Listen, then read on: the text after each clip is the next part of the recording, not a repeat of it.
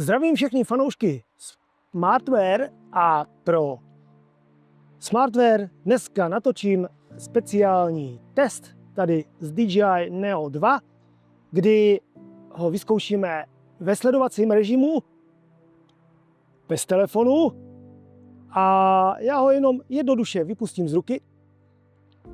Neo začne samozřejmě automaticky nahrávat a svižně se projdeme nebo proběhneme takovým lehkým joggingem tady lesní cestu a uvidíme, jak dobře si poradí tady DJI Neo, který je vybaven jednak senzory do všech stran a také předním lidarovým senzorem, tak jak si poradí s nástrahami tady lesní stezky a hlavně jestli vidí třeba tenké větvičky, protože máme podzim, listí je spadeno a o to bude mít tento drobek složitější. Takže jdu se na to připravit a externí kamerou ještě potom natočím, jak se bude chovat v některých situacích. A abych na drona pořád viděl i tou externí kamerou, tak ho necháme sledovat, aby před náma letěl, ale to budou potom fungovat jenom ty zadní senzory. A vyzkoušíme to z několika možných pozic. Tak pojďme na to. Nadšenec, začiatočník či profesionál? Na Smartwear.sk nájdeš drony, akčné kamery a e-boardy. Tvoje dokonalé spojenie s technológiami. Smartwear.sk. Tady vidíte, teďka mám volné prostranství. Neo 2 mě má sledovat takhle ze zadu. Přirozeně, pokud takhle dám ruku, tak se můžu naprosto bez problémů nastavit, aby mě sledoval při chůzi nebo při běhu tady z této strany. To znamená, teďka jde po mé levé straně. Ano. A když použiju obě dvě ruce, tak naprosto bez problémů si budu moct nastavit i větší vzdálenost. Ale tady mám teďka krásně kontakt s tím dronem a on mě takhle krásně sleduje. Teď tady máme prostor krásný, takže zase takhle vezmu, rozhne se modrá dioda, posunu si ho pěkně za sebe, můžu si ho dát trošku výš, to záleží na mě. A teď už za mnou Neo poletí zhruba metr vzdálenostně, přirozeně nahrává a v podstatě teďka mu budu klestit cestu, takže spíš si takhle dáme, aby letěl před náma a aby byly funkční ty senzory vzadu. Takže tady uvidíte aspoň potom, kam poletíme a co jako. Já potřebuji, abys mě sledoval. A abys mě sledoval, nějak se mu nechce. A to je zajímavý. To vypadá, jako kdyby se to přepnulo do režimu Spotlight, ale on je opravdu bez problému sleduje ze zadu. Další podivná věc, která se mi teďka děje, je, že mě nesvítí na tom malém displeji, který letový režim mám. Takže asi budu muset udělat přerušení a znovu načtení módu. Ne, tak je to v pořádku, jakmile mám režim aktivovaný, tak mě displej zhasne. Omlouvám se, byla taková jenom drobnost. A teďka už tlačím před sebou DJI Neo a zase gestem ho mohu bez problémů směrovat, na které straně nebo z jakého úhlu mě má Neo 2, jak se říká, šmírovat. Tak, máme tady první větvičky a to znamená, že nejsou vůbec, ale vůbec vidět. Takže teďka, když zastavím, tak vidíte před sebou na kameře větvičky. Já ho teďka jednoduchým příkazem přizvednu, aby tam ty větvičky prostě byly vidět v jeho zadním senzoru. A zkusíme si teďka, co udělá dron. On by se měl teoreticky stále krásně vyhýbat. Já ho znova dám takhle více na tuto stranu, abych docílil, aby letěl tam na ty neolistěné větve vpředu. Takže zase. No tak tady měl velké štěstí. Tu větvičku ten senzor, nebo ty zadní senzory tak nějak moc neviděli, ale Neo 2 má jednu obrovskou výhodu a to je ta, že má ochranné oblouky. A to i nahoře. Pokud je nesundáte, zase uděláme si ještě takový jiný test. Trošku mu to stížíme. Vidíte, že občas, když se hýbu, tak trošičku jakoby laboruje a hýbe se a nedrží úplně perfektně polohu. Nevím, čím to je. Jsem teda v lese, pochybuju, že to je GPS-kou, ale já ho teďka gestem, jednou rukou, což jde krásně plynule, takhle nasměruju, aby mě sledoval z téhle strany. No a pojďme. Má tady větvičky, opět po cestě má větvičky. Tak, tady jste viděli, že vůbec ten senzor tuto konkrétní větev nedetekoval, ale protože prostě má Neo ochranné oblouky, tak to přežil. Tohle to je právě obrovská výhoda tohohle dronu a přirozeně pokud bude prostě taková krásná, široká cesta, tak můžete běžet, můžete třeba i na kole, ale byl bych velmi opatrný, protože v létě, když na tom keři nebo na tom stromě bude listí, tak to bude pro senzor viditelná bariéra a on ji zvládne. Ale obávám se, že v opačném případě to neuvidí a nevyhne se, tak jak jste to viděli teďka. Takže zase nějakým způsobem se soustředit nebo spoléhat na ty senzory, že vám pomohou teďka v těchto podmínkách, já bych na to nespoléhal. Teďka si zase takhle Neo posuneme, aby měl opět nějakou tu překážku. No a tady teďka za s ním je to docela náročné. Takže když půjdu pomalu, nebudu spěchat, tak tady se těmto listům pravděpodobně vyhnul, protože už senzory měly, jak se říká, co detekovat. A tady už na volném prostranství není problém zase pomocí gesta si ho posunout na mou pravou stranu. A teď mě Neo 2 by měla sledovat z této strany, tedy zprava. Dokud... Tak, něco jsem tu zmáčkl, takže teď mě sleduje Neo 2 z pravé strany a úplně na pohodu. Takže ho necháme takhle.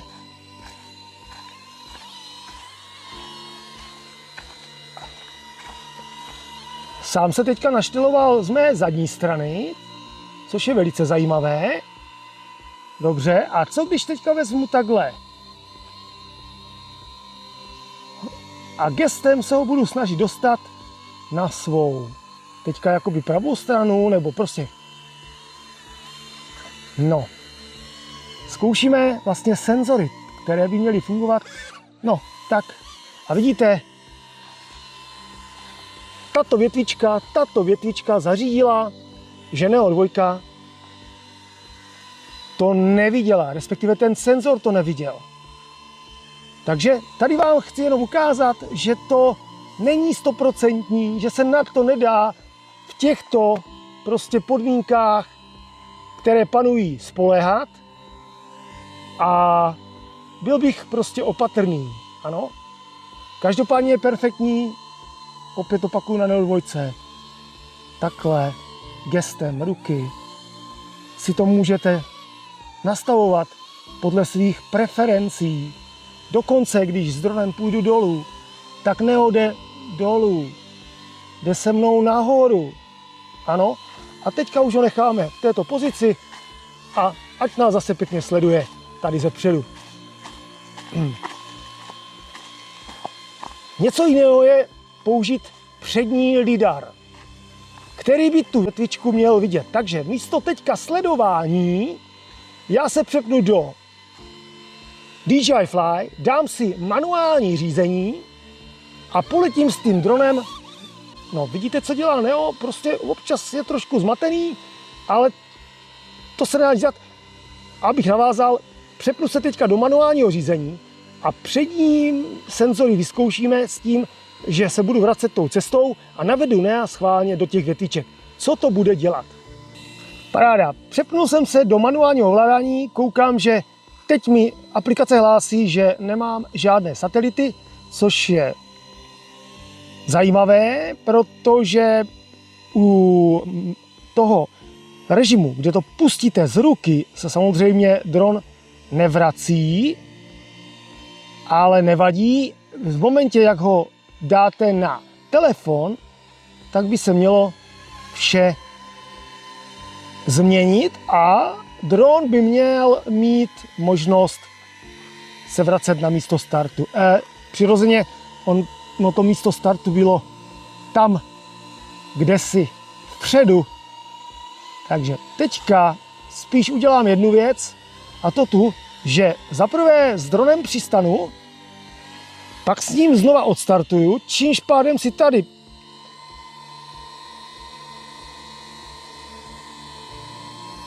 tak, hop, přistaneme krásně. Tak, výborně, teďka odstartujeme. Výborně. Ale stále mě to hlásí, že nemám žádnou satelitní pozici, což je zvláštní.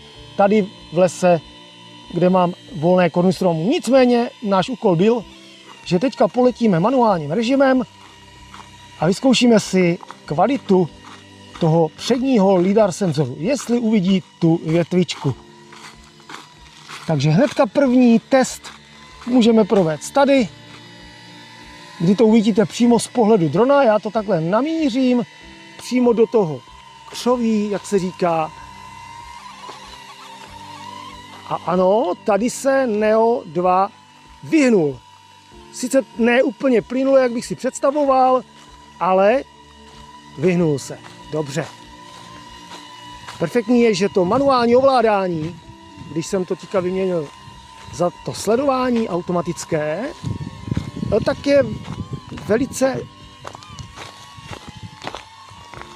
velice příjemné a není s tím žádný problém. A tady se opět, tak budeme muset jít pro baterku a ještě vyzkoušet ten přední senzor. Ale jak vidíte, dron na nízkou baterii krásně přistál. Za chvilku budeme pokračovat.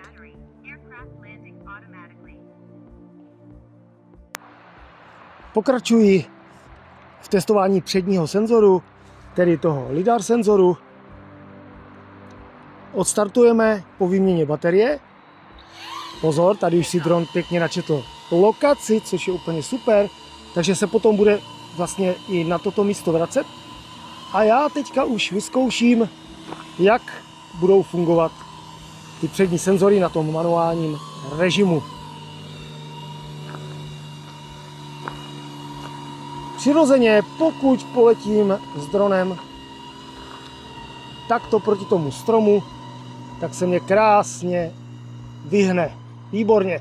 Jinak při potkání překážky mám nastaveno, aby se vyhýbal. Ne, aby zastavoval, ale aby se vyhnul.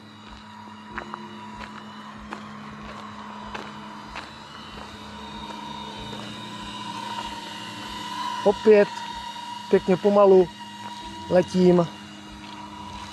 No, tak musím říct, že pokud používám přední senzor, který je mnohem citlivější,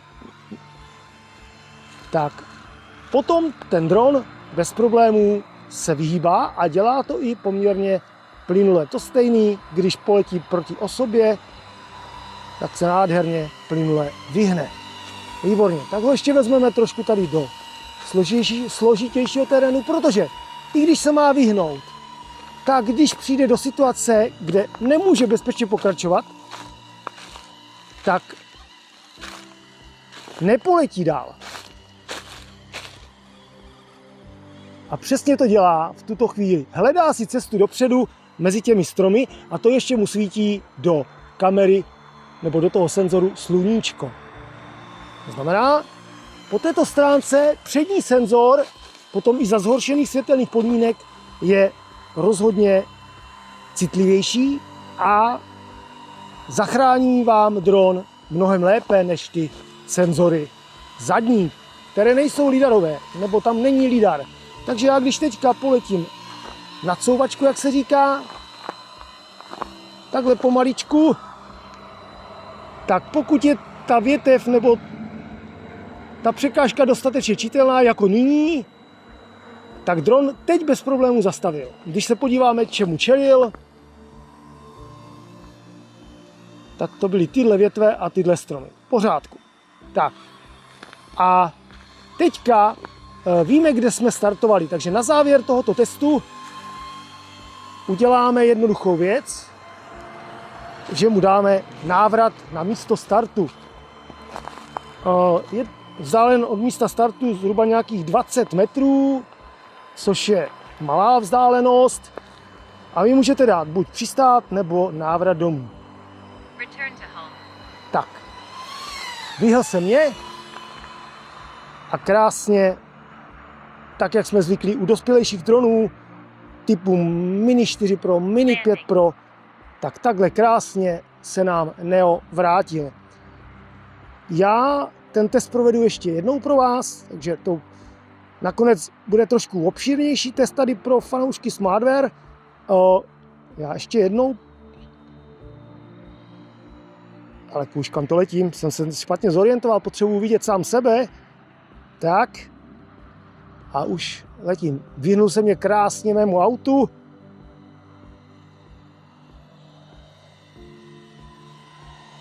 Výborně. Opět opakuji, že řízení Neo 2 přes virtuální joysticky na vašem ovladači, což je váš telefon nebo tablet, paráda. Paráda. Teď jsme vzdáleni dokonce 30 metrů, tak dáváme opět návrat na místo startu. Neo se krásně vyhýbá a už zas koná, co má, a hlavně vidíte i tu návratovou trasu. To znamená, jestli jde do korunní stranu, kdykoliv to můžete křížkem přerušit, pokud teda dron nestratí vyloženě signál. Pokud ztratí signál obrazový, řídící opět se vrací. Já bych řekl, že pro dnešek je to z mé strany všechno. Můj osobní názor je, že tenhle dron je velice zdařilou, zajímavou věcičkou z produkce DJI. Ještě se na vás takhle kouknu dronem, aby se s váma rozloučil a se všemi fanoušky Smartwear. Perfektní, ale buďte opatrní, na ty senzory 100% nespoléhajte a radši mějte kolem sebe prostor. Ano? Takže na závěr, co říci? Neo 2 se povedla.